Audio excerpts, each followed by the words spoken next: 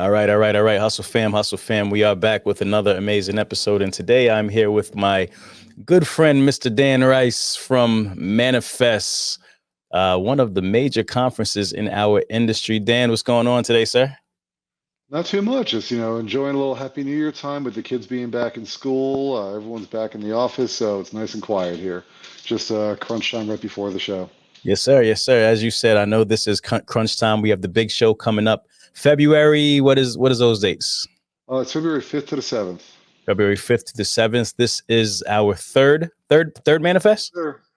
Third Manifest event. As you guys know, if you have been under a rock for the last 3 years, man, Manifest is one of the major industry events for transportation and logistics, tech, and so forth and so on. So we want to kind of talk about events today, man. You know, we do our event FreightFest. You guys do Manifest. You guys do an amazing job there, and you are one of the instrumental parts in putting that show together. So definitely wanted to talk about Manifest, what's coming up, what people can expect, but I also wanted to kind of get into the economics and what goes into, creating a show such as Manifest at such a high level. So let's talk about it first before we get started. Let's talk about your background, man. How did you get involved with Connective and get involved with Manifest to begin with? Well, going a little bit back in history, I have no background in supply chain whatsoever. I actually, my claim to fame is I dropped out of college when I was studying business during a supply chain segment because supply chain is boring. And here we are. But my background, aside from being in the military, after that, I worked mainly in like hospitality, customer service, really like customer-facing sales roles. Um, More so in like restaurants, hotels, and such. But I really wanted more of that work-life balance. And eventually, I answered a job ad for another event company that you and I both know that ran another event. Landed there in around 2012, helped launch a show in supply chain and transportation for that company. Ran it for about 8 years, just grew it year over year over year. And at that point, I started looking at what one. I really fell in love with the industry at that point too. I loved bringing people together, loved the networking aspect, loved walking into an expo hall on setup day and thinking that I helped bring this all together. It's a great feeling. I'm sure you feel that too when you walk into Freight Fest. For sure. For Uh, sure. so everything's going great. I just wanted to do more with where I was in the industry. I was looking at some of the other big ones out there, like your Shop Talks, your CESs. I wanted to do something experiential on that level. Manifest came along. Manifest used to be known as the Future of Logistics Summit. It was a boutique event put on by a VC out of Miami, invite only with about 500 or so logistics tech startups and investors and some enterprise. Connective acquired them in 2019 and rebranded as Manifest. So, Future Logistics was a marketing partner of mine at my previous company. I reach out to my friends over there to say congrats. And actually, I wanted to pitch them on my own event idea in the corporate wellness space. And they're like, yeah, that's great and all, but come join us instead and do Manifest. And here we are. So just took a chance, left a job where I had a, guaranteed paycheck, benefits, the whole nine, with a newborn at home at the time to join a startup. And, knock on wood, I mean, everything just really just clicked. We have a fantastic team. Jay's a great leader, a great visionary. And we just looked at how can we take logistics and supply chain to the next level? How can we keep on raising the bar, not just for our sector, but for how events in that sector are perceived too. And that's what we continue to do while we continue to evolve the event year over year. Got it. I love it. So for people who may not know, what is Manifest? If you could put it in a few words, what is the Manifest event about? So, Manifest is the only event that really covers the end-to-end supply chain. So, we're talking about everything from manufacturing and procurement all the way through the last mile and everything in between, be it middle mile or over the road, warehousing, port ops, drayage, rail, air. So, there's a lot of events out there that each one kind of touches on one piece of the puzzle. We're connecting all the dots. But instead of talking about how can we just get a box from point A to point B faster and cheaper, we're talking about all the technology that's really evolving the entire sector. Robotics, autonomous vehicles, sustainability, a key one now, diversity and inclusion. I mean, there's an entirely new generation coming into leadership in this entire industry, and we want to celebrate that. Um, Machine learning, AI, because AI is the new blockchain. So just all the new technologies that are transforming supply chains. So that's what Manifest is about. At our core, we're a tech show.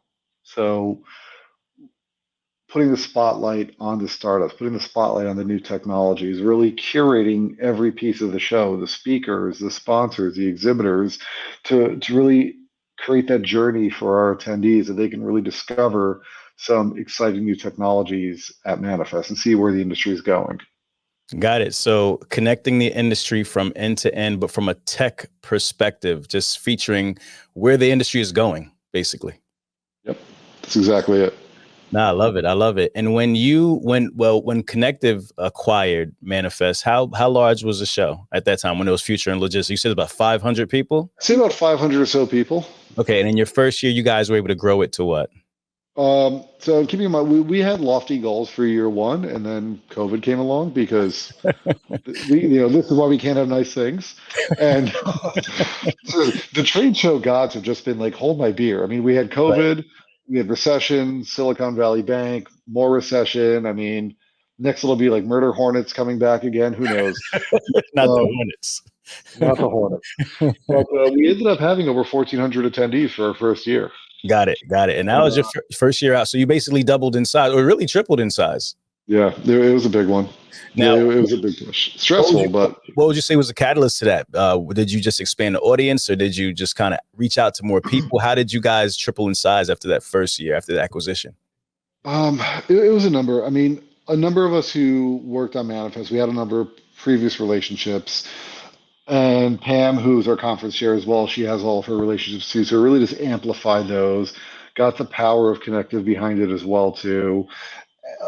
Organic has been really the way we've grown too. I mean, you don't see a lot of advertising for Manifest of just yelling our praises. It's very organic, very word of mouth. Even when I'm selling sponsorships, it's really just guerrilla. It's just grinding and bring a friend. Hey, you know someone? Well, why don't we bring them too? So just capitalizing those relationships, and it just keeps on growing because if you invite one person and that one person invites two people and each of those two people invite two people, et cetera, it just keeps on growing that way. That compound effect, right? So when it was Future Logistics, it was in Miami, correct? In Miami, correct. Florida. So what made you guys move to Vegas? All the events that Connective owns are in Las Vegas, whether it's Blueprint, which is a real estate show, HR Transform, which is our HR event, our original show, InsurTech Connect, which was our biggest. So all the events that we own are held in Las Vegas. It's a combination of ease of travel, especially from international locations, captive audience, things to do where you don't really have to leave. So everything's right there for you. We are here live at OTR Solutions HQ. I'm here with my partner, Jonathan. Man, listen, factoring is an integral part of the transportation industry. Why is factoring important? Absolutely, Rahmel. In this economy, in this market, cash flow is king. Cash flow is the key to growth. If you have a young trucking company, or if you've been in the industry for years and you want to take that business to the next level, we're absolutely a company that can help. So I hope you'll give us a call today. Let us know what we can do to help you out. Get the rest and roll with the best. Let's go.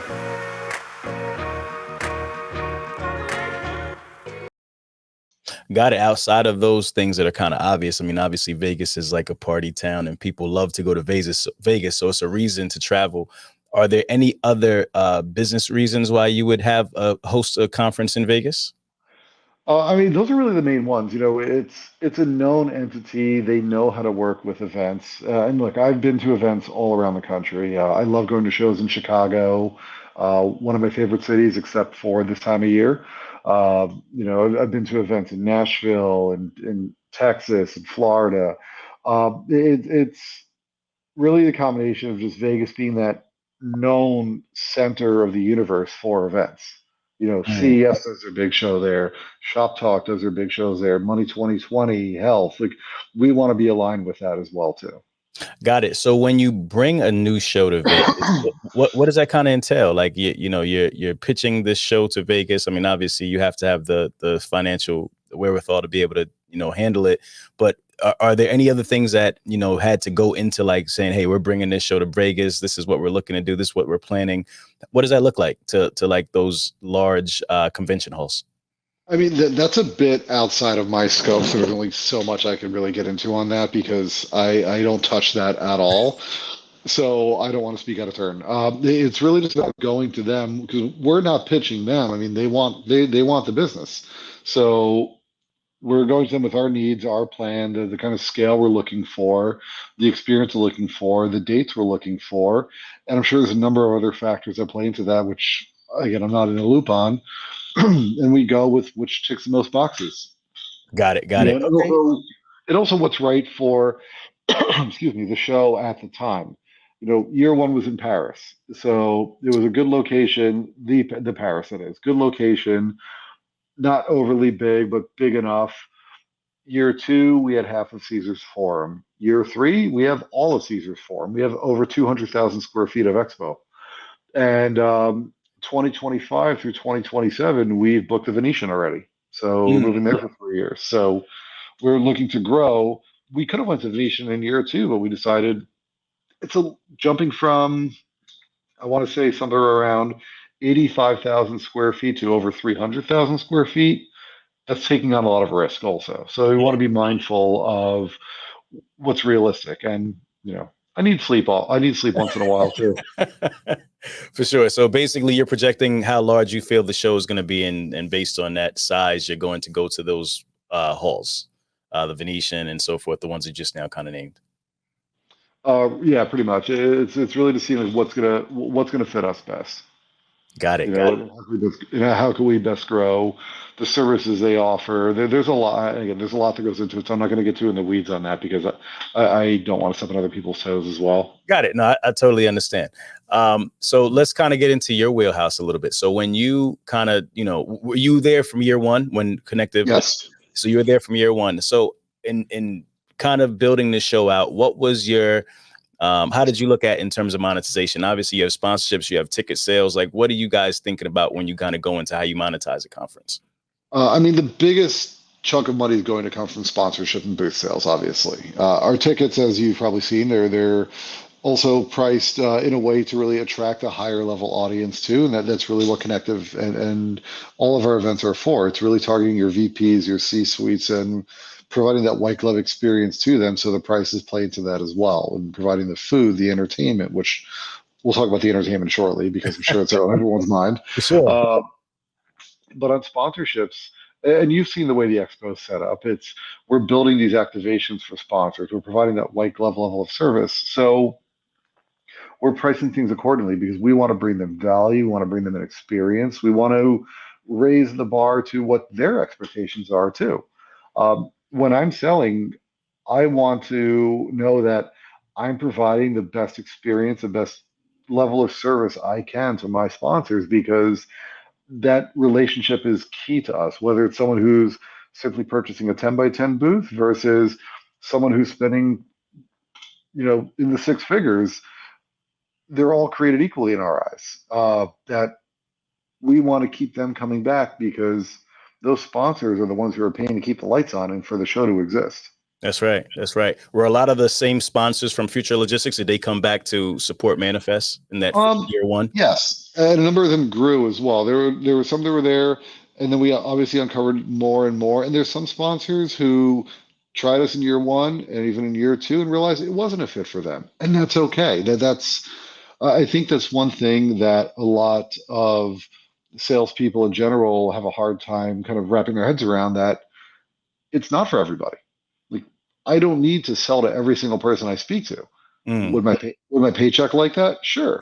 But I've turned away probably about a third of the companies that I've spoken to by telling them we're not the right fit for them, or vice versa.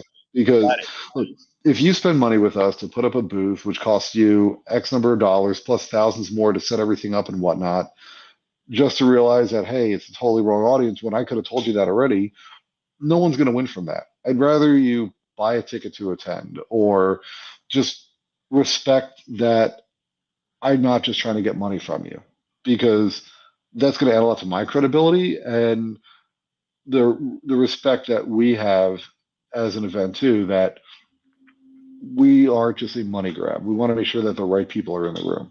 Making sure that your compliance is on point is an integral part of any trucking related business. Today, I stopped by my friends over at FLEETDRIVE 360 to talk about what they're building to make sure that you can run a successful trucking company. And it's everything from the minute you decide you want to hire somebody through maintaining all of your FMCSA compliance documents for ongoing fleet or owner-operator truck business. You've got a driver hiring and recruiting module where you'll create driver qualification files, import digital documents. You've got a drug and alcohol module where you can schedule pre-employment drug tests and manage an ongoing testing pool. We've got an accident registry so you can keep your mandated accident logs and even schedule follow-up drug testing for post-crash. We've got vehicle maintenance logs so you can not only maintain the compliance status of your vehicles, but also upload your work orders and compliance-related documents so you're audit ready when they come in. We've got a document repository, fancy words for digital cloud storage of any document that you want, not just necessarily the compliance documents, anything related to your business, post-crash videos, performance evaluations. And then finally, you've got the dashboard. And the dashboard's the most important part. You can close your eyes and glance at our dashboard, open them, glance at the dashboard, and immediately know whether or not you're compliant or not, both on a driver, company, and vehicle level. It's one-stop shop for all your compliance needs.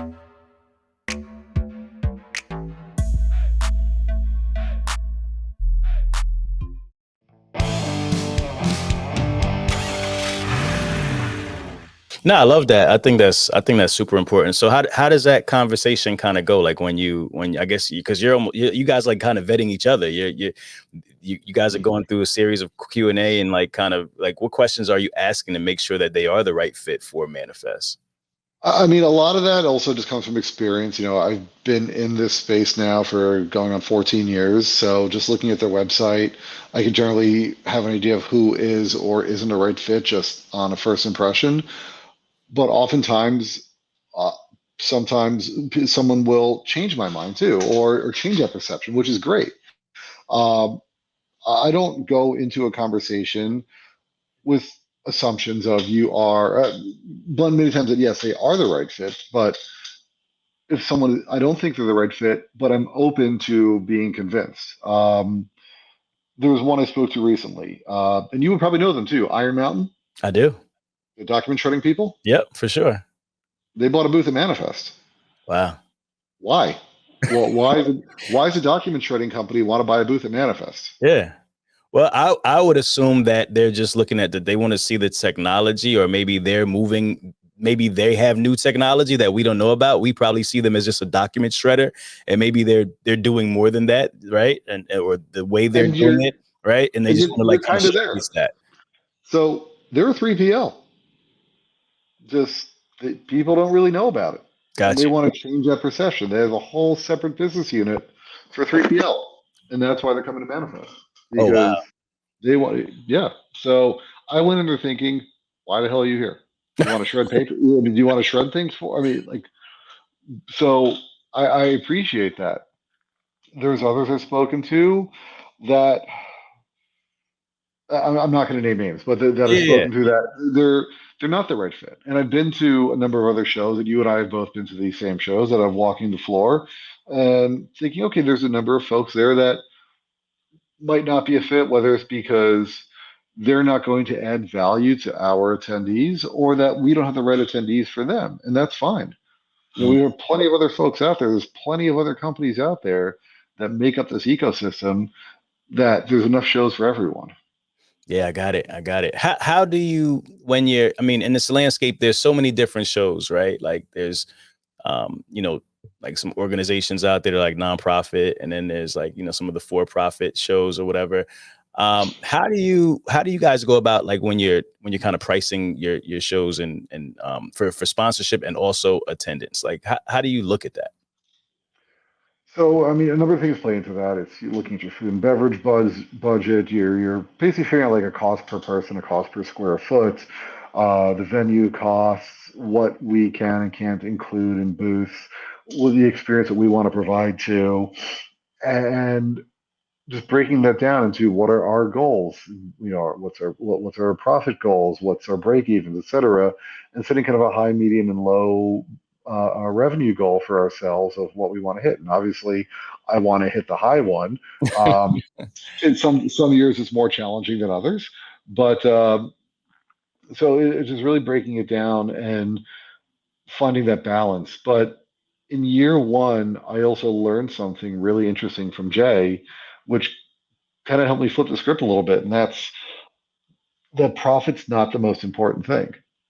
Which, like, wait, I'm a sales guy. I want the profit. I want to get paid. Right. But he really had me thinking about the experience that we're providing too. And we definitely gave some things away in year one because we wanted to build a name for ourselves. We wanted people to come and try us out. We wanted to show the world who we are.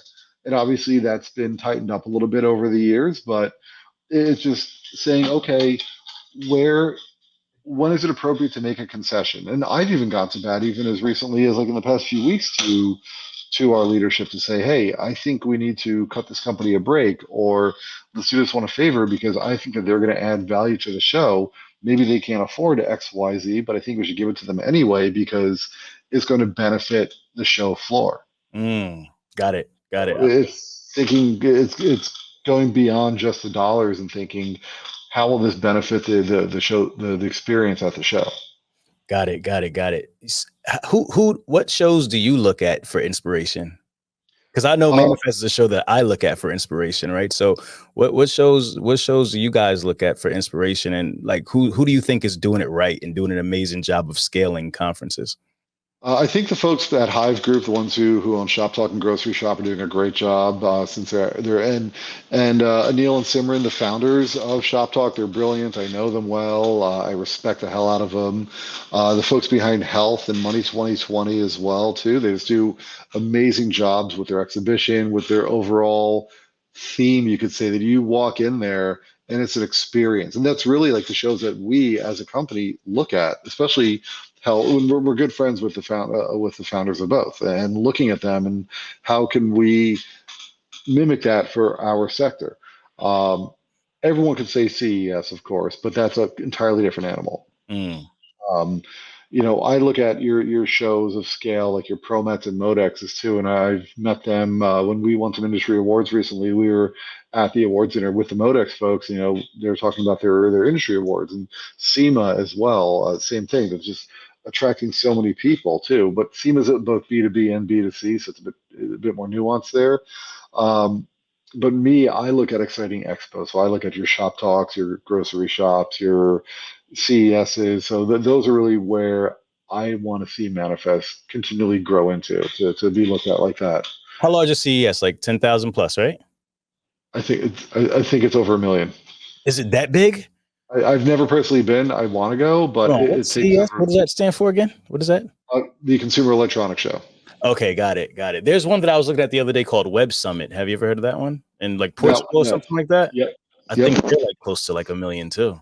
Yep. There's also Mobile World Congress as well. Yeah, man. So those are the big ones. So okay, so you would like to get Manifest to that level where you're like, there's 1 million people there at Manifest.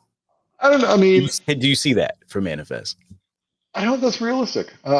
Because again, CES, anybody can. It's not an industry-specific show. And this is not to knock them at all. It's an entirely different model. I mean, Gary Shapiro, the president of the Consumer Electronics Association, brilliant person. But it's an entirely different model, so we can't compare. I'd love to get us to that 10,000, that 20,000 person show, but really being like those leaders of industry, and not just retail, but your CMAs are there, your Maersks are there, your MSCs, like all your leaders in industry are coming to Manifest because it is the place where technology and innovation really kind of come together for the next iteration of supply chains. Are you able to get there and still maintain your price point? Like still maintain that high ticket and still be able to at 10,000? Do you think? I mean, that's the exercise we're going through right now, but I mean, that is the goal. And our insurance event before we sold that was like that as well too. They had I think 2019 was the last year that we owned it, and I was there at the time. And I think that they had around 14 or 16,000 attendees, and they're still at that higher price point. Got it. Got it. That's amazing. What are some of the biggest challenges with selling an event? Talk about that, because I know I have tons I can talk about. So what are some of yours? I mean, shockingly enough, it's people who have never heard of us, like heard of Mm, Manifest already, but everyone's going to come to that. It's their first time. They want to check it out. Other ones, it's the common one is we want to see the attendee list. Well, we don't give out attendee lists. You know, right. we'll list out the companies who are attending, but we don't give out a contact list because we also really care about data privacy. Got it. You know, we don't want the You get that CEO. too? I thought I was the only one who got that. Let me see the attendee list one. Oh no, everyone gets it. You're not special. Everyone gets I it. thought I was special. Look, price point obviously is. I mean, I don't want to say we are the highest price out there. I'd say we're fairly in the middle, middle to higher, and so it's overcoming that too. That why are we charging this? You know, what are we giving for this? And that's because we don't just want a sea of 10 by 10 booths. We want people to do more and step out of their comfort zones and step up. And I'm constantly thinking of new ideas, some good, some pretty bad, of sponsorships that we could offer year over year. Like I've got a list of ones that our team rejected of, hey, we should offer this. We're not giving manifest tattoos. Not going to happen. Business owners are used to wearing many hats, but accountant should not be one of them. Receipts, payroll, taxes, 1099s, insurance, bookkeeping, it's time to get your back office off your back. You can consolidate your financial operations into one flat monthly plan that takes care of all of your accounting, payroll, and tax needs. Meet TRANSPOCFO, powered by VENNING, a full-service CPA and business advisor, helping companies like yours save time, money, and headaches. Hate math? We love it and have been doing this since 1978. We manage your entire financial operating system and provide you with a single point of contact, saving you time and money so you can get out of the back office and back to business.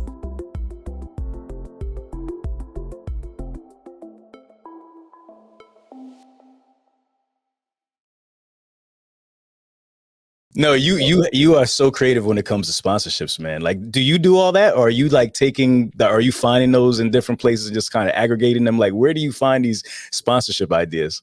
I mean, it's whether it be mine or our team's ideas, we all kind of come together. We were just in Miami, actually at a pre-show team meeting, just brainstorming of new ideas for next year, or improving on existing ones, expanding on them for new offerings. Additionally, going to other shows. I mean, you go to other shows for the experience. For hey, this show had a really great idea. I'd love to do that. There's one I saw that I'm currently trying to convince a team on, and that's rather than traditional, say, charging areas, you just plug in your devices, but instead having bicycle powered ones. You plug in your device and you pedal a bike to charge it up. I like that. It's a work in progress. You know, Yeah, we've yeah. got the puppy lounge. They won't let me have my cat cafe because they don't like cats. I get it. Can't trust them. Disrespectful. He doesn't like a good cat, but we're just trying to think like what's different, or maybe I'll have an idea and then I'll bounce off the team. They'll say, you know what, that's okay, but let's think about it this way, and they'll change the way I'm looking at it. Like, okay, and that makes a whole lot of sense, and we just roll with it.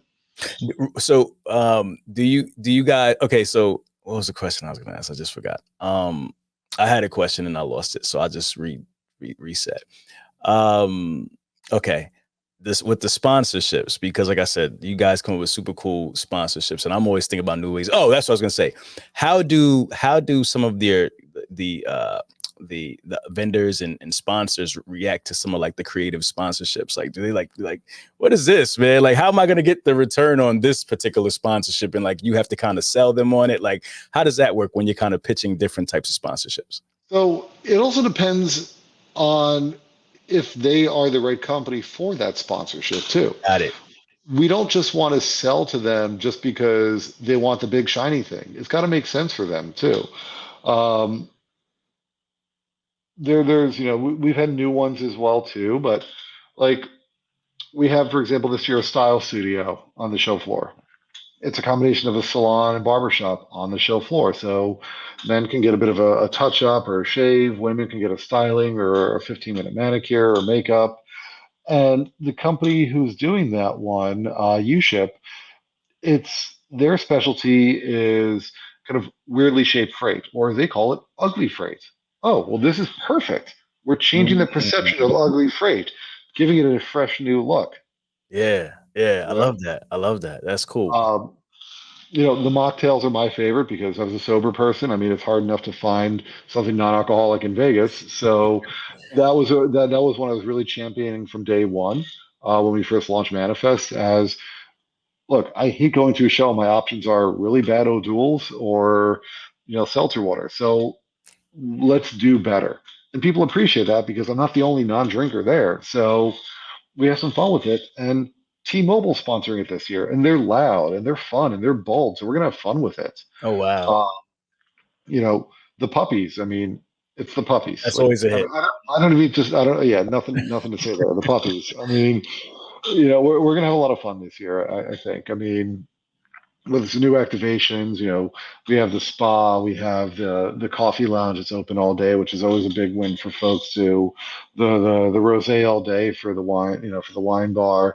and that's a real big part of it. That we're spending so much on these activations, but because the experience is something that you can't get anywhere else. Mm. Uh, and that's not even until we get into the food, the parties, the concert at the end, which I'm sure you remember the last the Oh last one we yeah, had. must have Nelly, right? Nelly was last year. Sure. Yep. So how are we gonna top Nelly this year, man? Has it been announced yet? I mean, we were thinking about Nickelback, Okay, but okay. Thinking about it. but we went with Neo. Neo. All right, Neo. Good R&B. Okay, I love it. I love it. Yep. I love it. Who decided on Neo, man? How'd you guys land on Neo? We talked about a few different acts. I don't think I can name like who the runners up were, Yeah. but and Neo was a good contender. Recognizable hits in the budget because still gotta have a budget. I mean, there's we're not at the Taylor Swift budget yet. Okay, so we're For sure. Not yet. Soon. well, one day we'll have like Beyonce and Taylor at Manifest. One of these days. Man, that'd be crazy. That would be crazy for sure. That'd be crazy. I mean, look, Wu-Tang's doing a residence now in Vegas, so you never know. They do have a residence, and you guys are throwing it during the Super Bowl too. So it's gonna be like everybody's gonna be there already. Well, someone's going to win tickets to the Super Bowl at Manifest. I heard about that. What's going on with that? So we're doing the big game giveaway because we don't want to get sued. So somebody at Manifest is going to win 2 tickets to the Super Bowl, airfare credit, 5 nights in a hotel, spending money, and a 3-hour VIP pregame party. Nice. It's going to be announced on site on the second day of the show. And anybody can enter to win. We have a number of sponsors that we're going to list out. You could enter at their booths. You could enter up to 15 times. You could enter on the app. So we're going to get weird. We're going to have some fun with it. And we're looking to do something like this now every year. Like maybe we'll do March Madness next year or World Cup or the Olympics. Who knows? I mean, the runner-up can go to Fire Festival. But, we'll have some fun with it. Got it. When do you start planning the next year? Is it like as soon as the show is over? Are you like in like the next year mode? Are you already planning it now? It's already being planned. Yeah. So you're already selling sponsorship for 2025 now? No, we're not selling right now. We're just planning. That was something that I had to wrap my head around when I joined as well too. That traditional shows, I'm sure you've seen it as well, start selling for the next cycle on site, if not before the current show. Correct. We don't do that. I don't even start doing renewals until about a month after the show. Got it. Okay. And why is that? My sponsors don't want to be sold to at the show. They're there to do business. That's true. We are going to start the process earlier next year just to give ourselves more of a runway, but we're never going to have a giant floor plan on site saying pick your booth. It's just not our style. If one of my sponsors wants to talk about reserving their spot for next year, we can have the conversation, but we won't do any contracts or anything on site because we don't want people to feel pressured when they're trying to execute on a show and don't even know what the ROI is yet to have to sign up for the following year. Got it. We want them to really enjoy themselves, but we are planning now A lot of things are going into that right now too. We have another person joining our team because could definitely use a little help. We have some big goals for next year. We also have someone working with us in Europe too because we want to bring in more representation internationally. Maybe with some goals for expansion at some point, but we're really getting the process started early.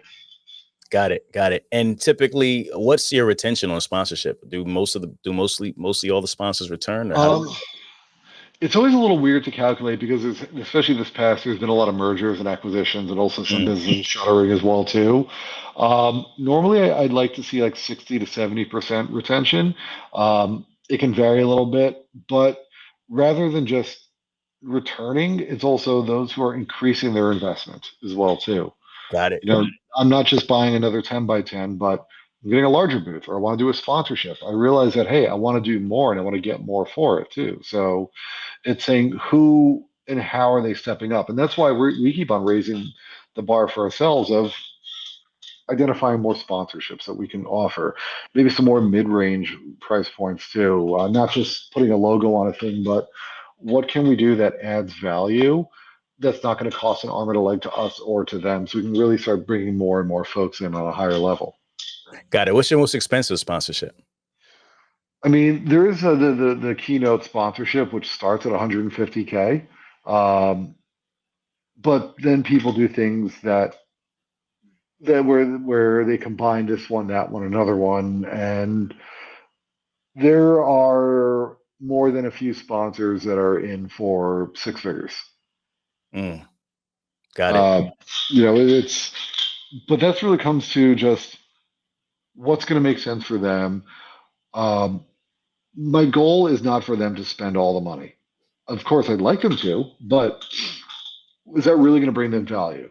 I'd rather them spend a little bit less and get what's really right for them versus spend a lot just for the sake of spending a lot. Yeah. Got it. And they're going to respect that more too. Oh no, 100%. How do you? So somebody spending six figures on a sponsorship. How do they see the value in that? How do they? What's you typically the ROI for a six-figure sponsorship? When it gets to that point, it's not pure ROI driven anymore too. There's obviously an element of it, but it's also aligning with the message of the show, with the industry, being seen as that leader and being seen as one of the top represented companies in logistics and supply chain tech. So it's not just about closing deals. It's about showcasing new technology, about showing the different facets of the business. So it's representation and just aligning and seeing the trajectory that Manifest is going and saying, we want to be up here with that. Got it. Now, that makes a ton of sense. That just getting that visibility, right? It's not about like closing a deal, like you said. DHL supply chain, like DHL supply chain and Flexport are two fantastic examples. DHL has been with us since year one. They've grown with us significantly, and one of the key reasons why is that they wanted to be aligned with the future of logistics. That's exactly what we're doing. Flexport joined us for the first time this year. We were excited to have Ryan Peterson join us on the keynote stage, and they've been following us for a while and said, you know what, we're ready to jump in. So rather than going from year one and growing with us, they said, okay, we've watched you, and now we're ready to jump in big too. So, and it was just some big wins that gives us a lot of credibility too. Got it. Do your sponsors are there more incoming than like outbound, like inbound than outbound, or are you doing like a lot of outreach? I'd say I do a lot. Like I've never been one to rely on inbounds. So I think it's a lot of outbound because anyone in sales knows you create your own destiny. I mean, I reach out to people, I identify prospects because at the end of the day, I want to get paid. I want to build the event. I want to get the right people in the room. And I've chased down some that said, whether it be going to them, going to their investors, their partners, to say, hey, get me the marketing person or the business person at so and so because they absolutely need to be here. Like they're the right fit, and they're ignoring me. Help me out here.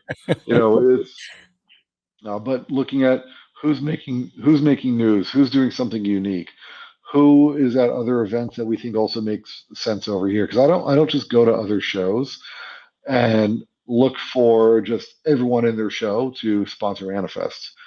I'll go and say, okay, cool. There's 20 or 30 of you that really make a lot of sense to join us here too. Let's see what we can do. So it's a combination of inbound and outbound, but I do all my own marketing as well. We definitely do have marketing support, but I do a lot of my own on that as well too, whether it be identifying folks, writing my own copy, just having fun with it, putting my own personality in the emails, having my cat join me on calls. So Got it. I saw you posted not too long ago on LinkedIn. It was probably about a month or two ago. You just were listing the sponsors, man, just blasting it. I'm like, man, this guy he's a beast, man. Like, what was like over 200 sponsors you had sold at this point? We are currently at 301. 301 sponsors. Yes. Wow. So I've got room for a few more, and then we're done. What's your cap? I've got about 7 or 8 booths left. 7 or 8 booths left. So we're definitely selling out for sure. Yeah, we're selling out. Without question. Look, we're selling out faster than a 90s hip hop star.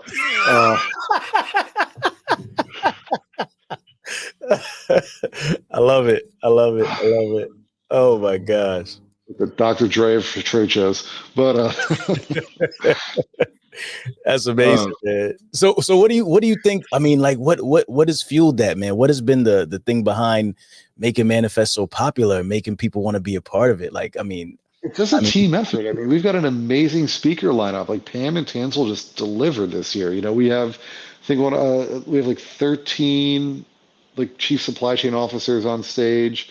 Over 20 or so like C-suites, if not more, media representation, just big names coming to us. We already have some Fortune 500s who have approached us about keynoting next year for 2025. And so it's just putting together a speaker lineup, that curation, just new topics, it's that word of mouth, and just creating that buzz. Yeah. Definitely. You guys have definitely done an amazing job of creating buzz, man. That's what it's all about, man. Making people want to be a part of the show. And just having fun with it. I mean, like you see the stuff I post on LinkedIn. That's me. That's my style. Everyone has their own style for doing things. And I think that's so important for anyone in any kind of sales, whether it be a show, whether it be a car, whatever you're selling. It's putting yourself into the product too. That you're not following a script. You're kind of crafting your own journey of this is the way I speak. This is the way I have some fun with it. So letting your own personality come out and really believing in your product too. Not like in an Herbalife kind of sense, but like, really just drinking the Kool-Aid. Exactly. It's you do all the sales, right, Dan?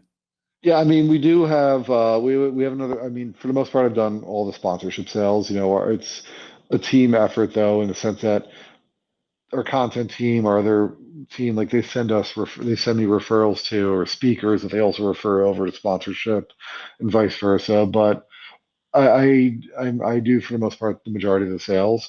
We are bringing on, like I said, another person for next year. I definitely could use an assist, just because I know my limitations, and I also want to make sure that we can hit our goals, and I'm not being selfish about it. What's your sales cycle like? How long does it take you to usually close a sponsorship? It really varies. I've had some that have done same day, which is very rare. I've had some that have taken, some of the bigger ones have taken 3-4 months sometimes. And, especially if it's like a long legal review process for contracts that some of the larger companies, again, I'll not name names, can run into, that it's out of their hands, but legal has to do their thing and it takes a while. Yeah, I'd say anywhere between like 2 to 6 weeks is fair. 2 to 6 weeks. Yeah, it depends on where we are in the cycle too, where they are in their budget. I will sometimes put on a bit more pressure. Like now, I am writing people now saying, "Hey, we're almost sold out. Last chance to get a booth, like in or out." Versus 8 months ago, the messaging would be different too. Yeah. Are you always saying I'm sold out, or are you just because you're telling the truth? You're like, I'm sold out. You better act out. That's my one rule is I will not bullshit people. Got it. Like I will not do that. I don't. There's got to be some ethics behind what you're doing. Like I'll show people the floor plan. I'll tell people if something's a wrong sponsorship for them, or if I don't like how something works for them, because that's going to come back on me. Yeah. So Yeah. How do you approach like I guess like sales copy and stuff like that? Like where do you get your ideas from? Like just to like these email. I know you say you put your own personality in it, but these campaigns that you're creating, like how do you do I it? mean, I'm trying to like get the sauce here. ChatGPT. Oh, ChatGPT absolutely works. I have lots of ideas. I'm not great on putting them on paper, but I'll definitely write a bad email, plug it into some AI to give me some better ideas and just improve upon my thoughts. But then I'll take it and play with it some more because I'll never like you never want to send any kind of AI generated content cold. It's terrible. But I'll play with it a little bit and I'll send it out there. I'll throw in some GIFs, some memes because that's just my style. I have fun with it. And I just kind of keep people engaged. Sometimes, like, I'll use dumb holidays. I've used National Cat Day, National Fried Chicken Day, like just National Pizza Day, just ideas to get people thinking that are they're kind of not of the norm. You know, what's different? Got it. What's a piece of software or tool that you can't live without when you're selling? Besides HubSpot. I mean, honestly, I use HubSpot, Gmail, and I use a mail merge program called Yam, yet another mail merge. Okay. That's really it. That's just a mail merger for Gmail, which there's a million of them like that. I just found that one and I liked it. But there's different platforms for data scraping as well too. But that's really it. I mean, I don't use anything fancy. Nothing fancy. Just There's keep it no, simple. yeah. What everything is just another tool. I don't really even use HubSpot marketing emails because half the time they don't get delivered. Um, That's true. We go to spam. exactly. So keep it simple, keep the messaging simple, get the point across, and just have a reason for why I'm emailing. Even if it's a dumb reason, like have a reason for why I'm emailing. Mm. And having some fun with it. Got it. I love it. I love it. So So what now, can when, people go ahead, go ahead. so now when you start doing your marketing for FreightFest, just make sure you change the manifest name to FreightFest before you start using my Oh, copy. no, I'm just literally gonna copy and paste for sure. Of course. For sure. Just keep, like you said, keep it simple, right? This Exactly. is what you told me to do. Hey, bro, don't fix it. What can people expect this year, man? What surprises you guys have because you keep on raising the bar, keep on leveling up? What can people expect this year? Because I definitely want to make sure that we're plugging the actual conference and talking about it. Well, I mean, look, Super Bowl's in town. Neo's performing. We have an amazing speaker lineup on stage too. I mean, leadership like the CIO, Sally Miller, the CIO of DHL Supply Chain, Ryan Peterson, the CEO and founder of Flexport, to name a few. I mean, C-suites from Foot Locker, from Schneider Electric, Beiersdorf, PepsiCo, Henkel, Unilever. I mean, there's some major brands on there. Ulta Beauty, Serta Simmons, Dick's. Like, there's some fantastic brands on there. One thing that I am incredibly excited for too is our women's lunch. Courtney Muller, our president, she spearheads that every year, and it's we're known for that. Really, just elevating women in leadership and supply chain. Rafa Sharad, the CEO and founder of Flavor Cloud, is one of our speakers, as is Lindsay Kaplan, the co-founder of Chief, and she is an absolute rock star. And I'm super Wow, that's excited. dope. She'll be there. Cool, Chief. So I'm beyond excited for her to join us.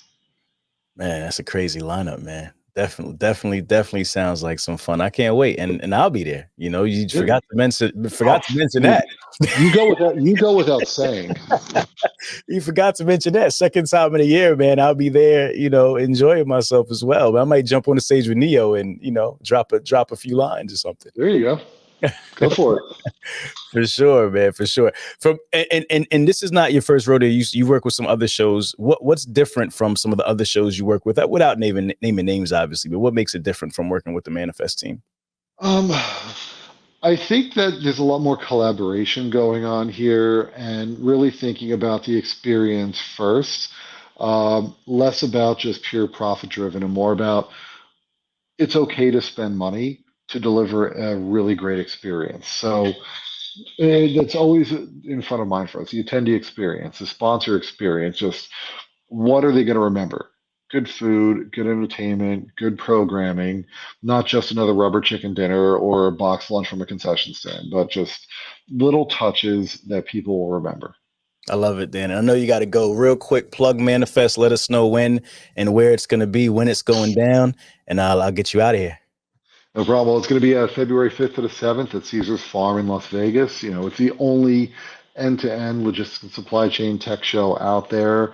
So anyone in any facet of the industry belongs at Manifest. And if you're not there yet, just make sure you reach out to Rahmel or myself, and we'll even together, since we live 10 minutes away from each other. That's right. We should be doing it from the same location next We really time. should. We should be I should be in the kitchen right now. You know what I mean? Wait, I thought you were. Gotta do something. Oh man, listen, Dan Reese, I appreciate you, man. Thank you so much. You're an absolute rock star, man, at what you do. I always reach out and just ask for different advice and so forth. And you're amazing, man. Keep up the great work. Hustle fam, make sure you guys are attending Manifest this year, and also make sure you're attending FreightFest after that, man. We support each other here. We continue to build each other up. So, Dan, thank you so much for joining us on the show. I appreciate you. And until I see you next time, sir, take care. I'll see you in a month. Talk soon. All right. Be good. All right. If you twisted, confused, or stuck about trucks, don't be dumb. This is the place to come. Truck and Hustle. Let's go.